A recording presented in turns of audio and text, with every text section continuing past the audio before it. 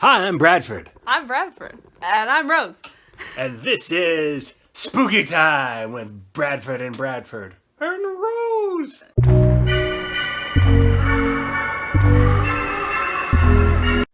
Hi, everybody. Welcome back to Bradford and Bradford. I'm incredibly excited to be back in the same space as my child who has been away at college. And their girlfriend Rose is here. Hi. Rose, who's been a friend of the show. This is your third episode that you've been on? I guess I have. Wow. Yes. I'm so honored. Today we are talking about The Dead Zone, which is a movie that I love. I have watched more horror movies in the past year of dating you than my whole life. I'm certain of it. Thank you. Yeah, you're welcome. I love you a lot. But that means that I get easily stressed out. But what we're doing is we're on the lookout for the spookiest movie.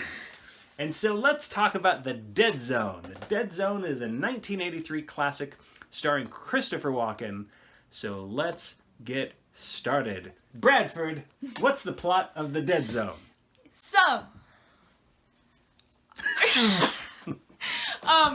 this guy. John Smith. Should I tell the... Okay, so read the book way before we watched the movie. Yes. I just read it because I was on a Stephen King kick, reading a lot of his books. Good kick to be on. But this guy has, like, kind of psychic abilities, like, since birth. Like, he can kind of tell. Not yet. No. That's not how it works yet. Oh, And before. Yeah, because he has, like, Yes. he has, He like, does? some intuition. In the It movie? doesn't. It's not explained that well. He In- gets a in headache on a roller coaster, Yeah. and that's all they say about it. Yes. Yeah, in the movie it's like, I went on It's a like- roller coaster. Oh, so it... But in the book, he has like intuition Yes. about things sometimes, and then he gets in a very bad car crash. Before that, he had like a very serious girlfriend that he was definitely going to propose to.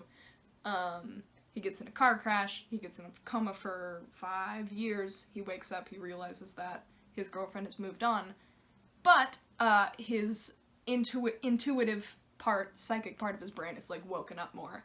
So he touches a nurse and like he's like, your house is on fire, you gotta go save your kid. And he's right. And the rest of the movie is just kind of an anthology of all these adventures that he goes on. He tutors kids and he saves them. He solves a murder. He solves a murder. And then Reunites his I think Polish or German doctor with Oh, his yeah. long lost His mother. Yeah. That's in actually war-torn alive. And Europe. then the climactic ending is him stopping basically a future fascist from being president. Yes. Greg Stilson. Greg Stilson. Greg Stilson, played Gonna by kills Martin him. Sheen.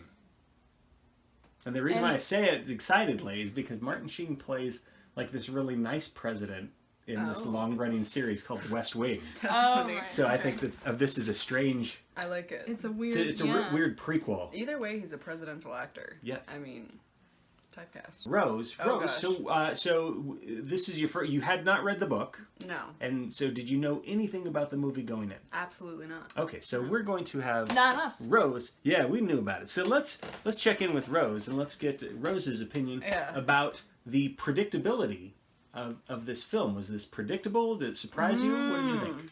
The good plot twists.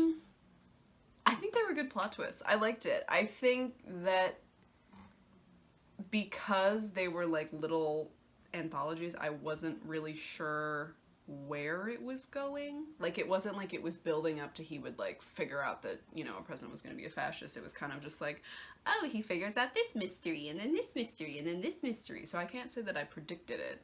I was intrigued. I will say, testament to the film, I was very sleepy that night, and I did not fall asleep during a movie, which I am a chronic falling asleep at a movie, much to Bradford's chagrin. You know what? I'm warm, I'm comfortable. It's usually, oh, come on in. Oh. It's the Invisible Man. Nonetheless, yeah, I don't know what I was going to say. Now I got distracted. You by the were dog. awake, so you. I give was it awake, so a- I would a give wide it. awake. I was awake, so I was intrigued. I would not say that I was spooked, but I was very intrigued. Did they leave out the dead zone? Because at first I Yes. thought they left out the dead zone because the dead zone, the title is based on the blank parts of his mind that he cannot psychically recall, like street names and other things that are inconvenient. but they leave that part out, so you never know why it's called a dead zone. He says dead zone for some reason. Yeah, but it's not about that. It's But like it's not something about that, else. so they changed the meaning. And then I he's don't like, remember him in the book getting hit by a milk truck. Did that happen? I like that touch. I think it was a car crash. I don't know if it was a milk truck. Yeah. Milk. It might have There's been a like big milk truck it might have falls been apart an and 18-wheeler slides. in the... Yeah, it slides down the hill. Yeah, I do not remember it And detaching then we from just the... kept making lactose. Yeah, I think jokes. Stephen King jumps in. It's like, Stephen Miller was a trucker for 18 years. His wife left him 5 years ago, and now he's just with Here's his some- 2 cats. Blah, blah, blah. He believes in Christ sometimes, but not all the times. He has a bad relationship with his father, and this night he's sleepy. 50 pages later, bam! Let's talk about the spooky parts then. I want to know the spookiest part that's connected to one of his visions. I will go first. The vision that's on my mind, even though we were kind of laughing at it, the image that's burned in my mind is during the fire. When Yeah, that was a when good one. he is kind of sitting there he's in the It's like hospital in his little bed, but then he sort of And visualizes it's the himself. first vision that you see. Yes. Yeah, and it's pretty intense. And in particular, seeing the goldfish tank boiling over I like that. is That's a good touch. pretty freaky. That's a good touch. What about you, Rose? Oh God, wait. Can you go? What one about that I you, totally Bradford? Forgot. Sure, I don't think it's related to a vision though. Okay, that's fine. It was the scissors scene, like the scissors Oh yeah, that suicide was a scene. little distressing. Yeah, content Yes. warning and spoiler alert. Yeah. But I did think of my my spookiest scene, and it is not necessarily because it's an inherently spooky thing, but I, growing up in a wintry environment, am very scared of the ice cracking and falling in the ice. And like that is just a fear of mine, so I don't think it's necessarily a spooky thing, but like seeing like the little kids like plunging down through the water Yeah, was that a was little good. distressing.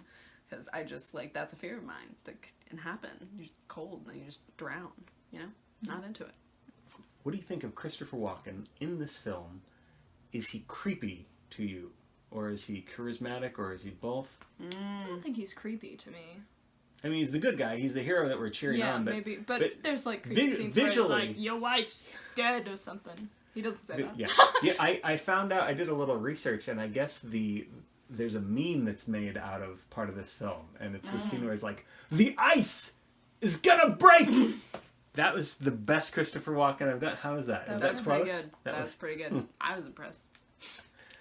I've been trying to You do can Christopher either Walken. You can either do Christopher Walken or Jennifer Coolidge. You're born with one at birth.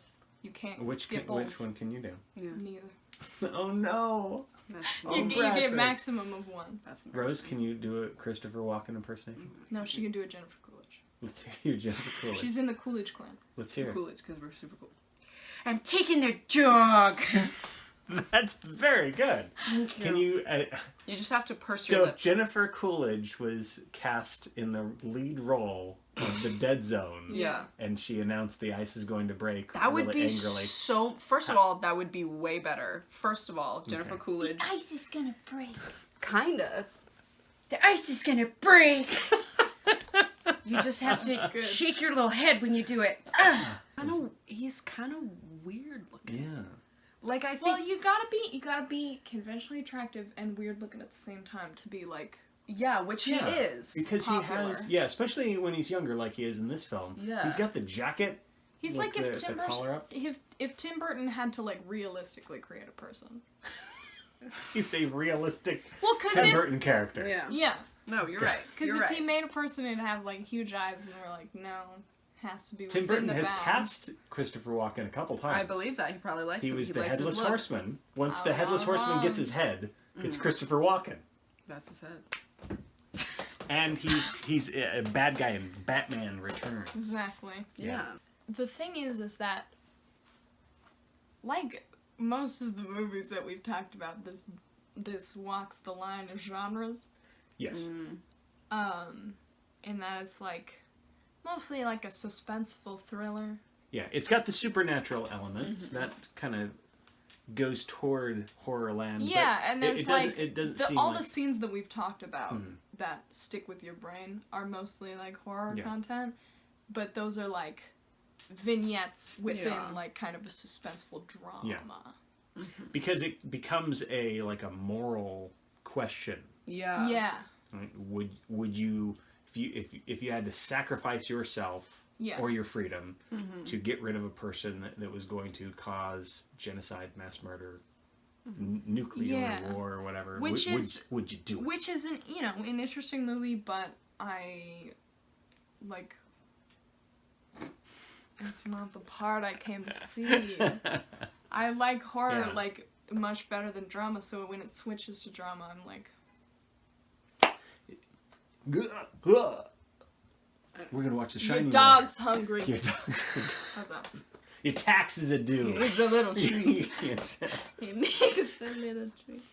But anyway, Stephen King can like come up with this situation where it's like, ooh, that would be a really rotten situation to be in.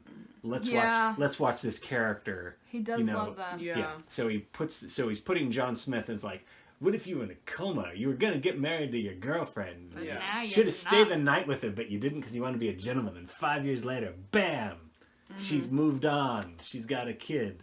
And then it's like, well, what if you had this power and you saw this bad Greg Stilson guy? What would you do? Would you You die know what's for interesting?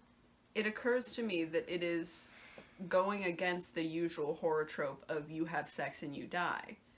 You don't have sex and you suffer. Because you just can't anything to do with sex, like no, but like because I remember in the scene they like have a moment and she's like, "Do you want to stay over?" And he's like, "No." Yes. Good things, like something about like waiting, and it's like a moment that they have together, and then he dies. So I appreciate it. It's refreshing. Right after that. Yeah, but He it dies is. at the end. It is. He suffers from it. A bad thing happens from it. All right. So here's the big question: are we gonna watch The Shining tonight? Yeah, I think so. Yeah. All right. Is that part of the video? Are we This time? This could be this could be like a promo Oh, a teaser. for a teaser. Oh, well, because I've read the book, but I have not watched the movie. So we're gonna see how much I actually. Book, though. Yeah, I don't know how much of it I remember. I do have memory like a goldfish, so I That's a cannot different say that I experience. retain any of it. You have a memory like a goldfish that's in a blazing In building. a boiling bowl. All right. I'm Bradford. I'm Bradford. I'm Rose. And this is Spooky Time with Bradford and Bradford and Rose.